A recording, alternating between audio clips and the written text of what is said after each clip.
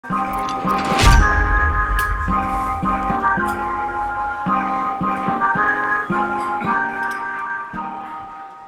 up, everybody? Welcome to the Rambling Knave.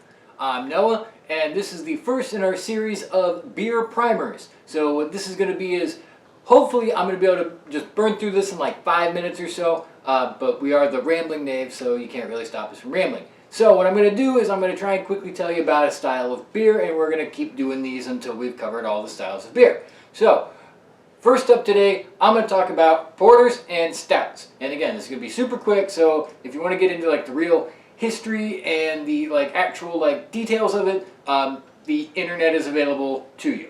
So, stouts and porters are kind of the same thing. Stout essentially basically just means dark beer. And and they once used to be called stout porters until they just shortened it because, well, they're kind of the same thing. So, the name porter is thought to come from the popularity that they gained in the 18th century from the English working class. Back then, it was sort of accidentally made as a blend of 3 different types of beer, that being like a new brown ale, or like a regular brown ale, a mild ale, and an old stale beer, like, just the junk beer that you can't get rid of. Just add it to new beer, and then you get this weirdly complex, delicious porter. So yeah, I've got note cards here because I can't remember all of this off top. So that, the blend of 3 beers creates their complexity and their darkness. Nowadays, you don't have to blend 3 beers together, one of them being old and skunky.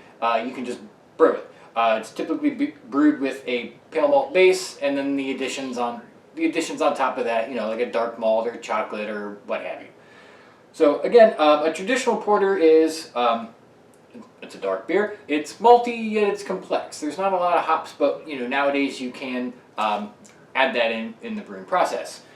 There's different types of porter. We have English porter, which I actually don't have one here. They're not exactly easy to find in the around here in the States, but you can find them. Fuller's London Porter is a good example of that, which that's pretty widely available. Another style is American Porter, and these tend to be more experimental. When the craft beer scene was getting big, American brewers like to add shit and experiment. So, we've got, we got coffee porter, we've got vanilla java porter, so you can just add stuff to it. Make it taste a little more than, add that flavor to it. Coffee is another one, and basically every brewery has at least one style of porter, so look for those. Great Lakes has the Edmund Fitzgerald, which is one of my go-tos. I don't have it on me, which is weird, but that's another one. And weirdly enough, Yuengling Black and Tan is considered a porter, and it's technically an American porter, but it's kind of in the English style where they blend beers. You have a dark beer blended with a more lighter beer. So I don't necessarily recommend that one, but if you're on the cheap, that's another one too. So stouts, moving on. These are my favorite. I love stouts. They gained popularity about the same time, right? I said 18th century, so like the 1720s, all that. They're popular because they're really flavorful.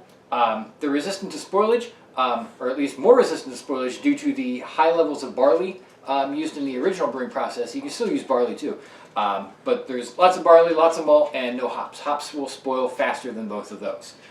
They're cheaper to produce because hops are more expensive, and they're also able to be kept in a warmer temperature. Like, you're actually supposed to drink most of these stouts at cellar temp, which is like 55 degrees. So all of that said, they were more ubiquitous, so they people loved them. Stouts are also a really nice, versatile beer. You can get them in a lot of different styles. The traditional English style is it's drier. It's typically more barley forward. And it gets its main flavor from those roasted grains. I don't have one of those on hand because, again, I've got 3 of each. So, Innocent Gun and Samuel Smith, they do a lot of the traditional English porters. Those are also pretty widely available. So another kind of porter is milk stout, or stout. Another kind of stout is milk stout, and that doesn't mean it's brewed with milk. It's actually brewed with lactose, the disaccharide sugar that is in milk. So if you know your basic chemistry and you know your types of sugars, it's lactose, not actual milk. So they use lactose because it doesn't break down during the fermentation process, which is basically just like breaking apart sugars. So these are also often sweeter and thicker than normal English porter, stout. So they're normally thicker and a little sweeter. Guinness, that's a dry Irish stout. I don't have Guinness actually with me, but I do have the Rheingeist version called Luck. And again, these are real barley heavy beers, so they have this real dry, not necessarily bitter flavor, but it's got a real smooth, dry finish. It's creamy, and the creaminess comes from the when you get it through from the nitro tap. I don't like to really drink Guinness unless it's poured by someone who actually knows how to pour Guinness. Like that sounds really pretentious, but there is an actual art to pouring Guinness. American stout is a lot like the English stout. Again, going back to the porter, there's the American and the English versions. The American version is typically the same, except more experimentation. They start, when you're able to brew more beer, you can just start adding shit to it. So, what do I got over here? Okay, I don't have anything like weird over here, but we're gonna drink a bunch of stouts in a couple of upcoming episodes with some weird experimental flavors. So stay tuned to that. You can probably hit that subscribe button right there if you want to see it. Right there. There? Did you hit it? Okay. I'm gonna stop pointing under the assumption that you've already hit it. Thank you. Imperial stouts, those are the heaviest of the heavy. We've got some Imperial stouts right here. This is by Thirsty Dog, that one's by North Coast, the Old Rasputin. Oh man, that's so good. A lot of them are called Russian Imperial Stouts, and now that really doesn't make too much of a difference other than the fact that it was originally brewed in London for export to Russia. So if you get one that says like American Imperial Stout or, I don't know, Mexican Imperial Stout, they're all Imperial Stouts. The country name is just kind of added on. That's just, they're real dense, real high ABV, but there's so much flavor. There's no hoppy shit. It's all like malt forward and like it's like chocolatey coffee. It's just heaven in a glass. So hopefully all of that